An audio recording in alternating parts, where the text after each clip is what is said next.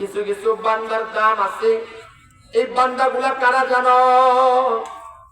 আল্লাহ তাআলা 88 নম্বর সূরা সূরা আলার 13 নম্বর আয়াতে আল্লাহ বলতেছে, قد أفلح من تزكى। দুনিয়ার ভিতরে সফল হইল ওই ব্যক্তিরা, দুনিয়ার ভিতরে সফল ভালো ওই ব্যক্তিগুলা যারা নাকি জমিনের ভিতরে থাইকা তার আত্মাটাকে সুন্দর করতে পারছে, তার কলবটাকে পবিত্র করতে পারছে, তার রূহটাকে সাফ করতে পারছে, ওই ব্যক্তিগুলাই সফল। কেন সফল? কেন সফল? কারণ যেই ব্যক্তিগুলোর আত্মা, যেই ব্যক্তিগুলোর রূহ সুন্দর হবে, সাফ হবে, আজরাইল তার সামনে নেককারের সুরতে আসবে। সুবহানাল্লাহ, আর জোরে কন্যা সুবহানাল্লাহ। আজরাইল তার কাছে নেককারের সুরতে আসবে। নেককার জানটা কেমনে বাড়িব, কেমনে বলতেই পারবো না। আমার কাছে দেখেন না, শিশু বাচ্চারা মার স্তনের দুধ খাইতে খাইতে খাইতে ঘুমায় যায়। আল্লাহ বলে, যার রূহটা পবিত্র, যার আত্মাটা সাফ, ওই বান্দাটার জান কবজ হবে। মার স্তনের দুধ সন্তান খাইতে খাইতে ঘুমায় যা, মা যেমন টের পায় না, আজরাইল মুমিন বান্দার জান নিবে তো মুমিন বান্দাও দূর থেকে বলতে পারবে না সুবহানাল্লাহ। আজরাইল এসে ডাক দিয়ে কইব, ইয়া আইয়াতুহান নাফসুল মুতমাইন্নাহ, ও পবিত্র আত্মা, ও পবিত্র নফস, এই পবিত্র রূহ, ইরজিই, বের হয়ে যাও, ইলা রাব্বিকি রাদিয়াতান মারদিয়া। তোমার আল্লাহ, তোমার মনিব, আপনি আমার মালিককে। আর আস্তে কোন আলোচন কেউ না শুনে জুড়ে পান কে? এই দুইটা হাত তুলে একটাবার আল্লাহরে ডাক দেন না, আল্লাহ। একটা লোক হাত উঠানি বাদ নাই, জুড়ে হাত উঠা করে ডাক দেন না, আল্লাহ। আর একটু ডাক দেন না, আল্লাহ।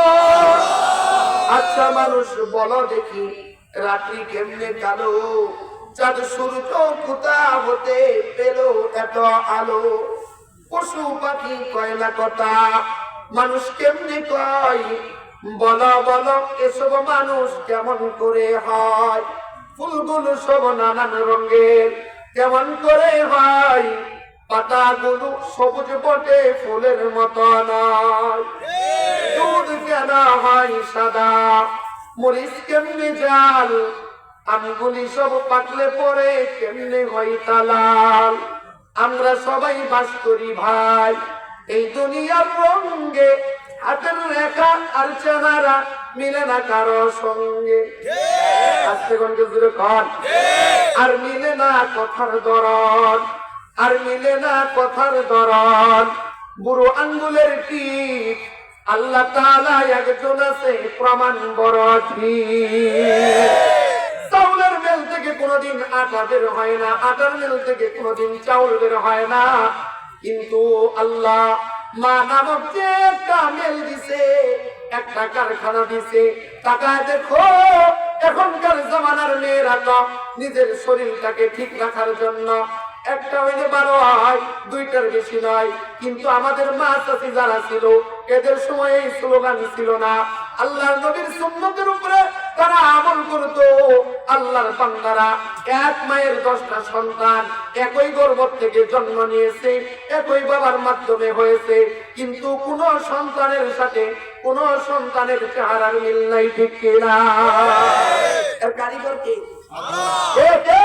আল্লাহ। আল্লাহ বলতেছে, ও বান্দা, আত্মাটা যদি সাফ করতে পারো, আত্মাওয়ালা মানুষের বড় দাম। কলিজা যদি ভালো হয়ে যা, চেহারা খারাপ হইলেও মানুষ তারে মহাব্বত করে।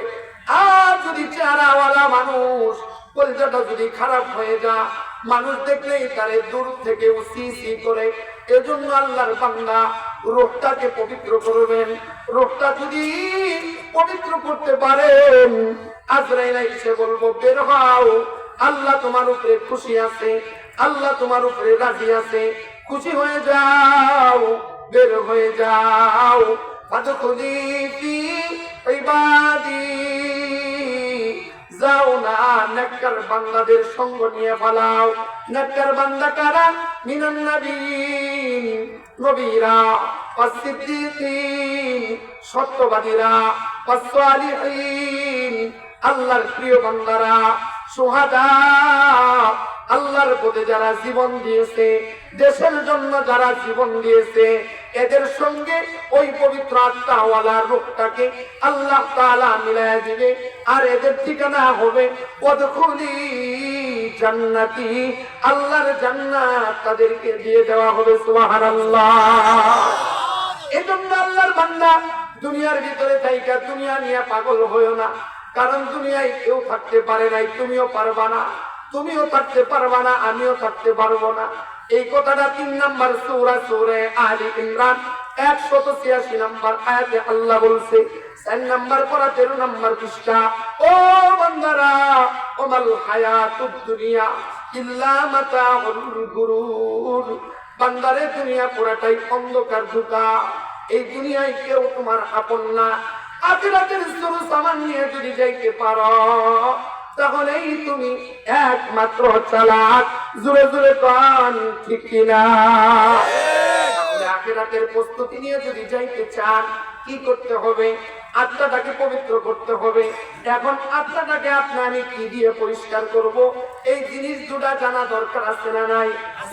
কথা বলে আছে না নাই? কিন্তু আমার তো সময় নাই। আত্মাটাকে কি দিয়ে পবিত্র করবেন? এই কথাটা আল্লাহ তাআলা পবিত্র কোরআনের ভিতরে বলে দিয়েছে।